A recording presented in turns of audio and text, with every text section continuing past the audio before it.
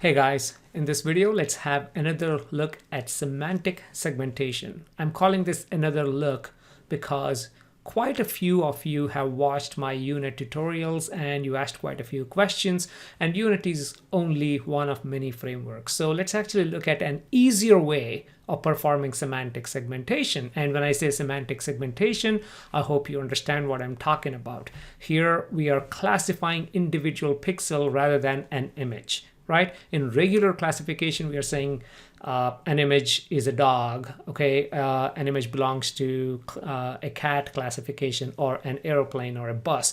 No, we're not doing that. For semantic segmentation, we are looking at every pixel and saying, does that pixel belong to mitochondria or not in this example?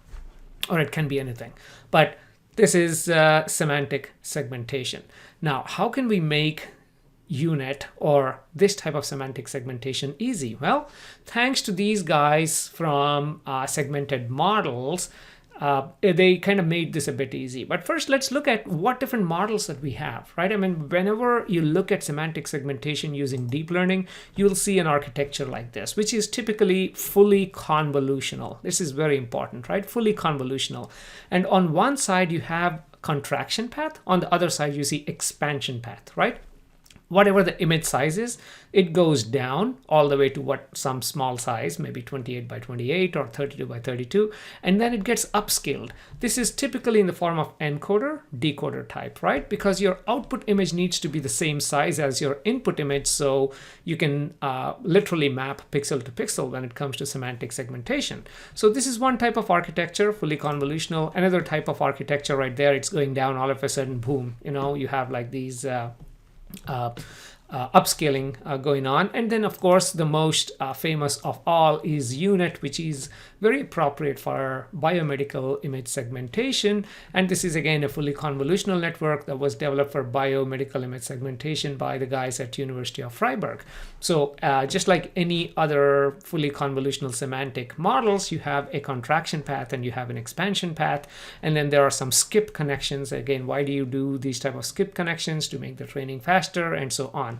But let's focus here on basically getting our hands onto one of these models or any of these models and training. Now, how do we do that? Well, in my previous video about unit, go ahead and search for unit on my YouTube channel. I did explain, okay, you have a contraction path, you have the upscaling path, and then we kind of followed this process. But unit is, think of this as a framework, okay? You don't exactly have to do exactly the same thing. You can change your input sizes, you can change any of this, but the whole point here is you have a contraction path and you have expansion path and you have some skip connections rather than going in a linear way right there. Okay, that's why this is unit. Okay, now that we know this, let's get a bit deeper. What is segmentation models? This is basically something I found on GitHub while I was doing my routine search, and I was blown away by what these guys are actually doing. I hope they come out with 3D version of the same. You can do 2D version of this unit right here, and I haven't tested this on 3D, but anyway, so let's go ahead and look at an example in a minute. So what it does is it makes segmentation task easy by providing various pre-configured models and backbones. What do we mean by that?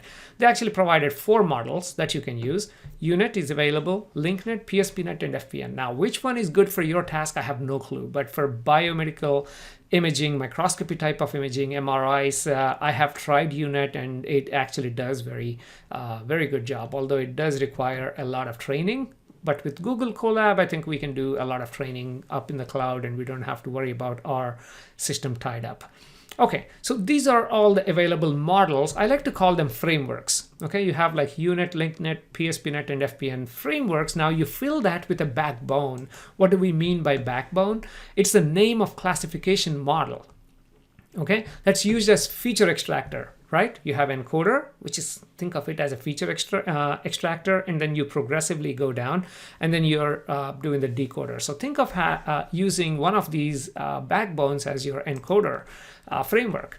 Okay, so what backbones do they offer? They offer VGG 16, 19, everything that you probably heard of until now, right? Inception, MobileNet, EfficientNet, and everything. Wow, even EfficientNet. This is great, actually. So you can take a unit framework with EfficientNet. This actually works very well on on most biomedical imaging, electron microscope or MRI scans, or even light microscopy images. So these are a few of the ones that I have tried using EfficientNet.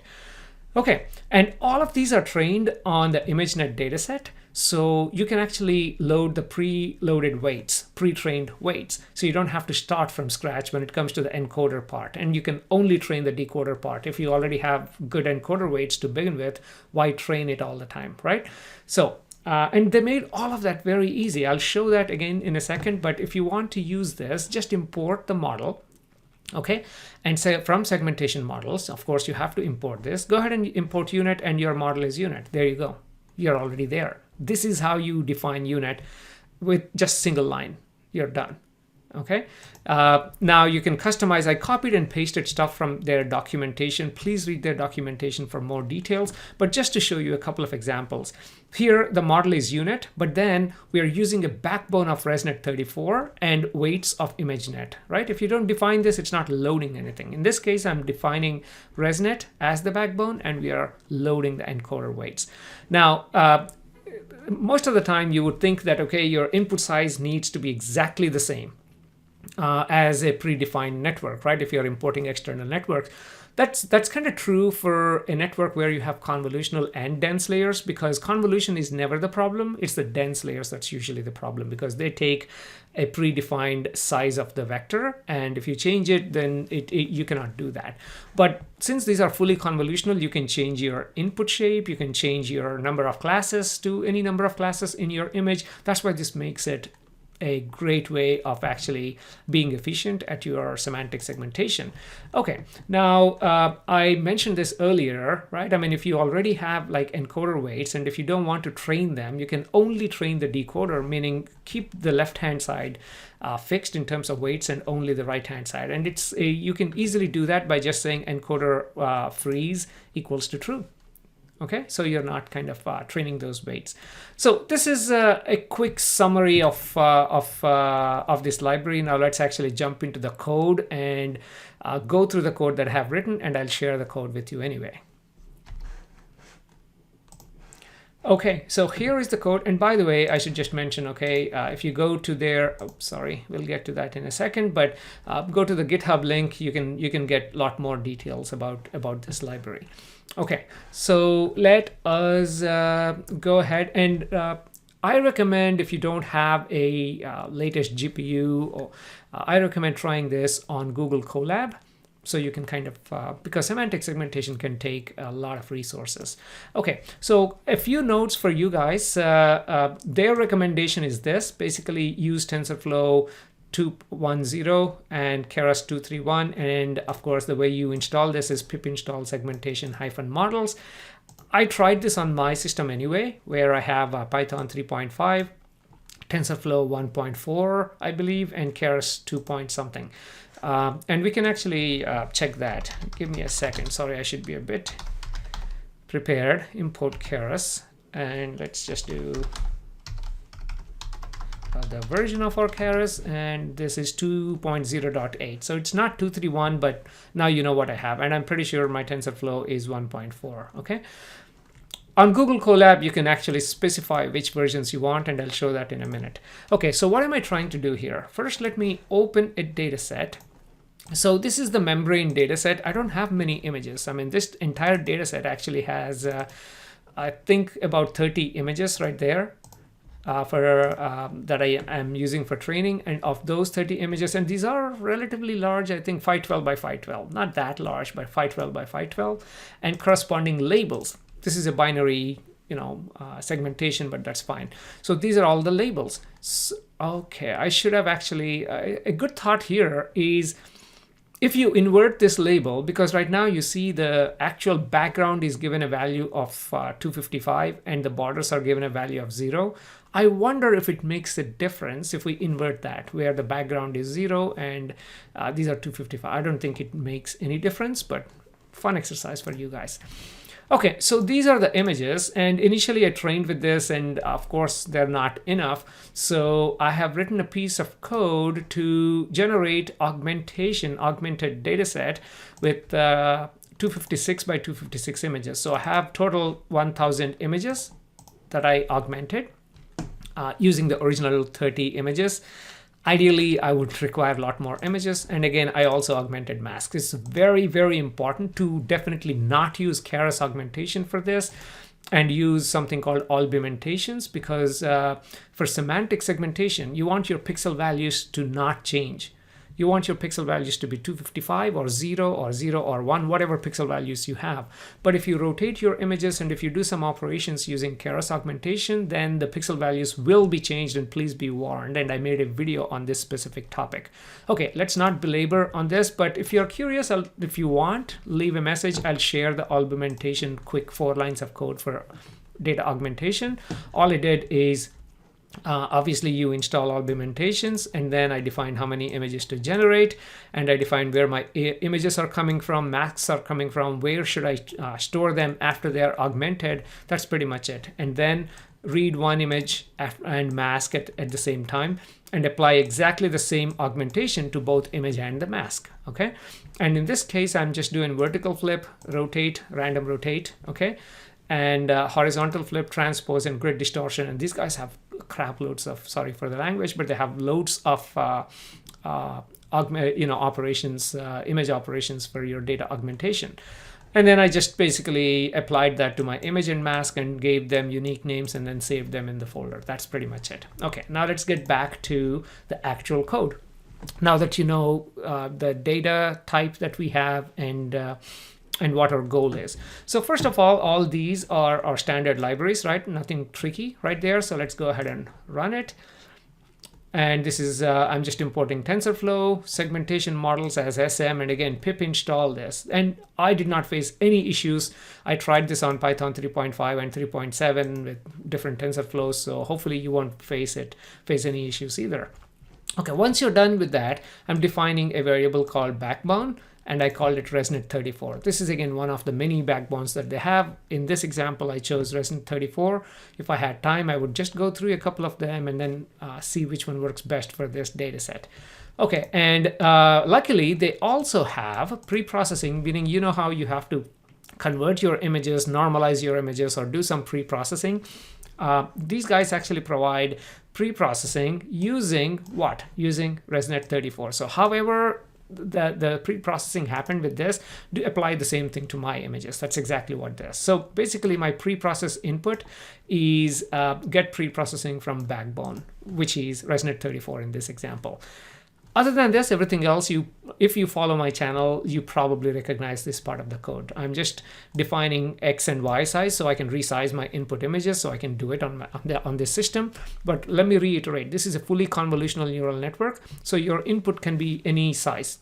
If you have enough GPU or enough RAM, if you're using CPU, let's say enough CPU power, you can even work with 1K by 1K, 2K by 2K images. It doesn't matter. But in this case, I can only handle probably 256. So let's just go ahead and do that. And I'm creating an empty list train images, empty list train masks, right? And then fill this with my images. That's all I'm doing. I'm going through each image in my folder.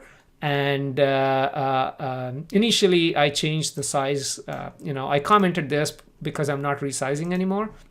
And I also changed the color from RGB to BGR, but it doesn't make a difference as long as the operations are the same between your test images and your train images. It doesn't matter.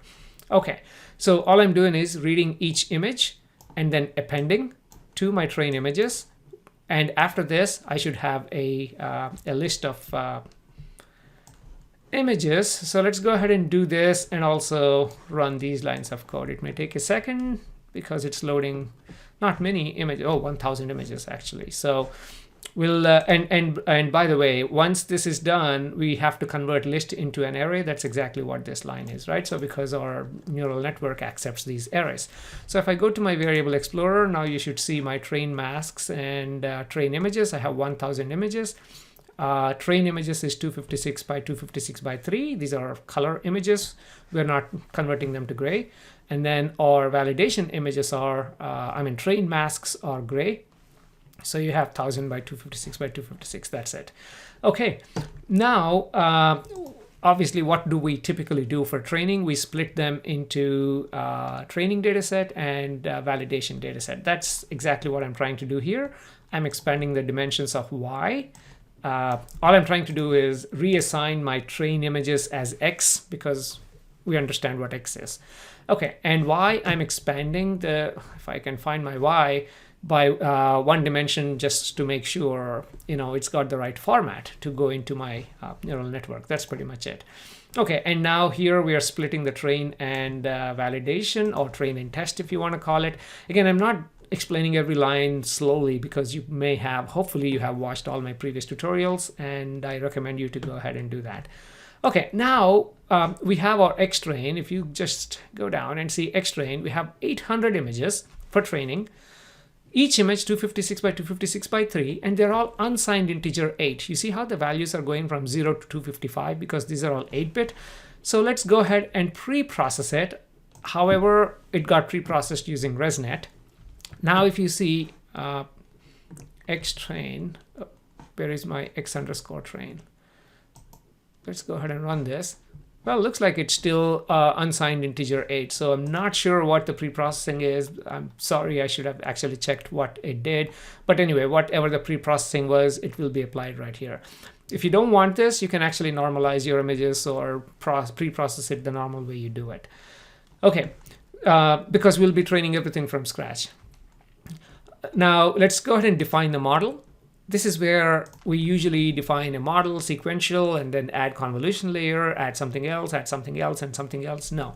Right now, all we are doing is from my segmentation models, get UNet with a backbone of, what did we do here? ResNet 34, okay? With a backbone of ResNet 34. And our encoder weights is ImageNet. Load the weights that it got trained on ImageNet. So there you go. We have a model right there. So let's go ahead and run that line. So we should have a model. It's loading right now.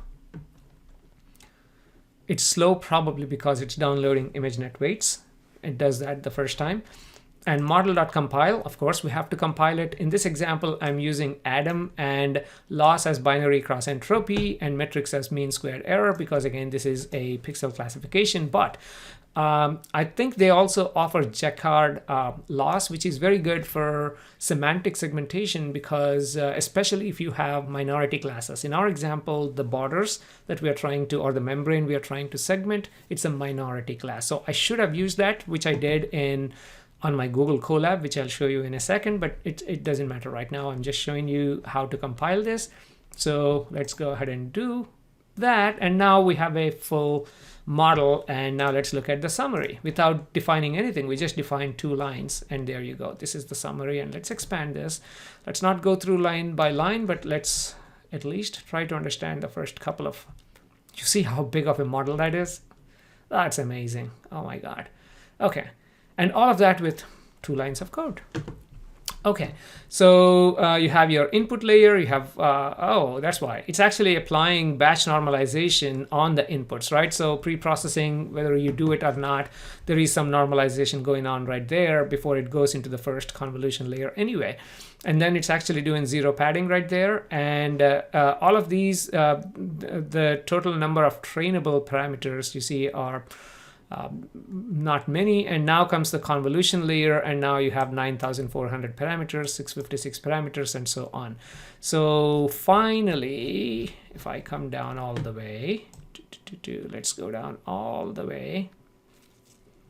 Wow, that's a pretty large model. And finally, you can see that, okay, at every pixel, it's got like a sigmoid activation in the final layer. And that's pretty much it. See, there's no fully connected, there is no dense layers, nothing. So this is our model, and it's got about 24.5 million parameters that are trainable, about 17,000 non-trainable parameters. Okay, so there you go, all set. Now you can go ahead and fit the model and then do your thing. So it's that simple. All you have to do is just import the model, get your data ready, pick which model, what backbone you would like to use, and go ahead and compile it using the loss function that you want and the optimizer, and go ahead and run it. That's pretty much it. And then this part we have done it many times, which is just plotting the loss curves and accuracy after everything is done. And you may also want to look at IOU and here we are just testing it. We are just validating it. That's pretty much it. So I did this. It's working right here. I mean, I can go ahead and start it so you can see how it looks like. At least you can see that it's working without doing much of anything. Once this starts working, we can just jump on to Google Colab, so I can show you how to do it on Collab in case you don't have resources. Even I have a very old GPU, and I just have to probably get a new system, but not anytime soon. Okay, there you go. It's actually doing pretty good, and the loss is whatever, and the mean squared error. So what I've done for Collab is it looks pretty scary there, but let's go all the way to the top. I absolutely do not like notebooks. I don't like Collab, but they're giving free GPU, updated GPU, so I should not complain, okay? In Collab, every time you have a runtime started, you have to install if you have any special requirements. Of course, we have special requirements because we have to pip install segmentation models. So you see, I just did it and it actually works fine. And it comes with by default the latest TensorFlow and latest keras, but in this case, segmentation models, I don't think it works on the latest. In fact, I know it doesn't because it did not work the first time. So I'm pip installing TensorFlow 2.1 and keras 2.3.1, and somewhere here it says it will be uninstalling earlier TensorFlow and then installing the new TensorFlow. You see, uninstalls the 2.3, installs 2.1, and all that stuff.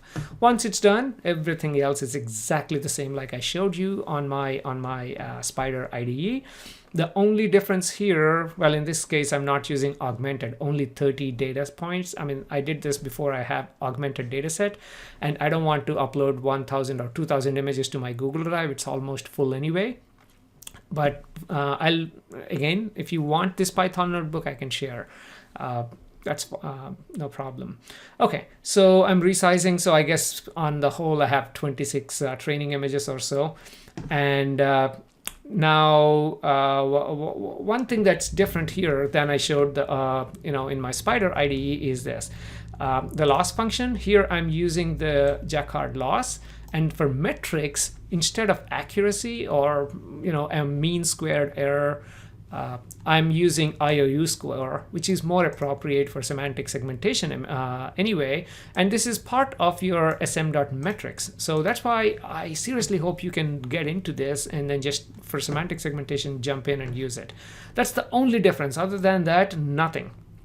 Okay, and as you can see, when I come down, everything else is pretty much the same. And I tried to do like 3,000 epochs or so, 2,000 epochs, and on 128 by 128, and still the result is it's still converging. It's not there yet. You see, I have this image, and I'm somewhere around here. So it just started. Maybe 10,000 more epochs, I would say. Well, maybe even then it won't converge because I only have 26 images in this data set that are used for training. I will have to try this on my augmented data set. Okay, so in summary, I highly recommend if you're interested in semantic segmentation, try this.